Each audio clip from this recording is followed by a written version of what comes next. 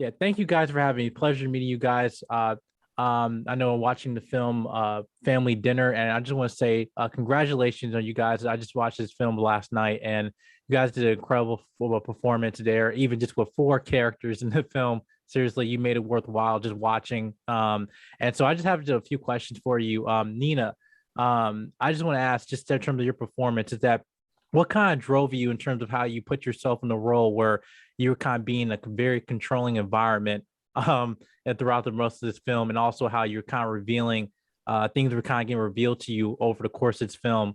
Yeah. Yeah, I think it's a very interesting role. That's also the reason why I wanted to play it. It's completely different to myself, let's say my private self. And yeah, it was really interesting to work on how does Simi feel, why does she act like she acts? Yeah.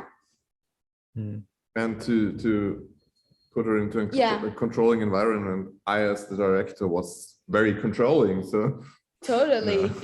No, it was yeah. And Alexander, I can say this for me, like me being I'm only child as well, and I can relate just in terms of, hey, you have a mother that, obviously her love might be genuine and sincere, but again, I can see that from frustrating from from a son's point of view. So like, how was your performance in that affecting that throughout this film? Like, how do you kind of put yourself in that role? Well, it was a completely new experience because in real life I have 3 siblings.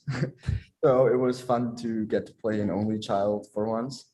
But yeah, we had an acting coach, Jakob Fischer, which whom we rehearsed for about 2 weeks, and with Peter as well. So that really helped all of us get into our characters and understand our characters' motivations and why they do what they do.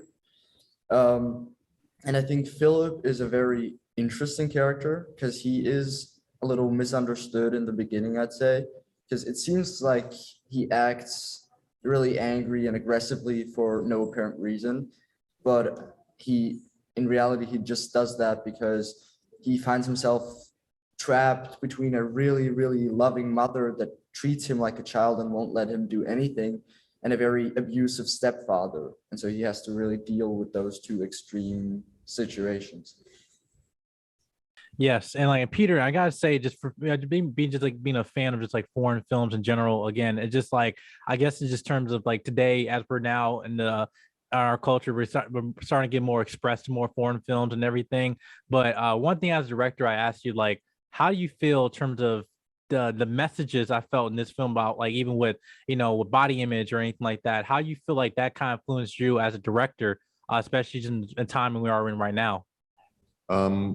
Yeah, well, obviously the film is about those topics, and for me, my approach was to kind of put my feelings and my thoughts about those topics into the film, but I was trying to avoid to give a message that's too obvious, in the sense that I guess there's a lot of how I feel about those topics in the film, but I didn't want it to be the kind of film that has a very obvious, moral of the story, or like one liner where you can say this is what it's about, because I want, first of all, I want audiences to figure out stuff for themselves, to have things to think about for themselves.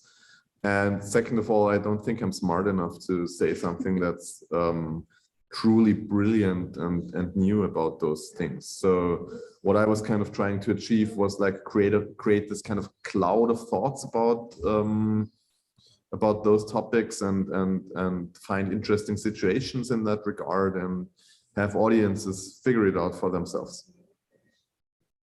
Yeah, because I just want to say, for me, like as an audience member, this will be my last question, because like as a again, one thing I think might be very crucial is, as you building up suspense and the payoff at the end. And if it doesn't pay off, then it basically the whole film falls apart. But that's apparent for me as an audience member. That's not what happened in this film, because as I'm slowly following the eyes of like Nina and in her role, again, there's things where it's left unclear, but a point is still about like survival to a point like this is still my family. But then I'm like, what the heck's going on?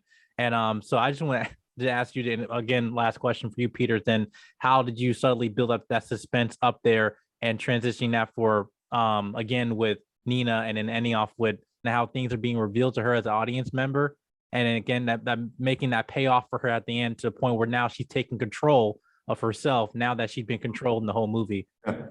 I mean that's kind of what I wanted to achieve in the film, that you have this feeling of her trying to regain control and trying to, because that's what she essentially does in a way for the whole film. It's very much a film about control and about people controlling her and her trying to find a way to control herself and her situation and stuff like that. And for me, the kind of suspense we used was a very good expression of that.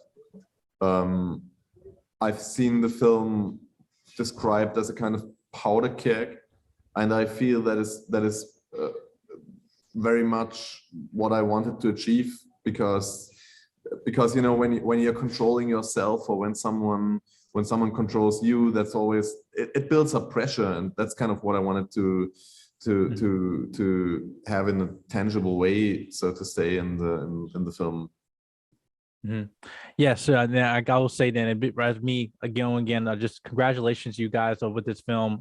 This was like for me a highlight for me and for this year in terms of watching this, and again, really relatable.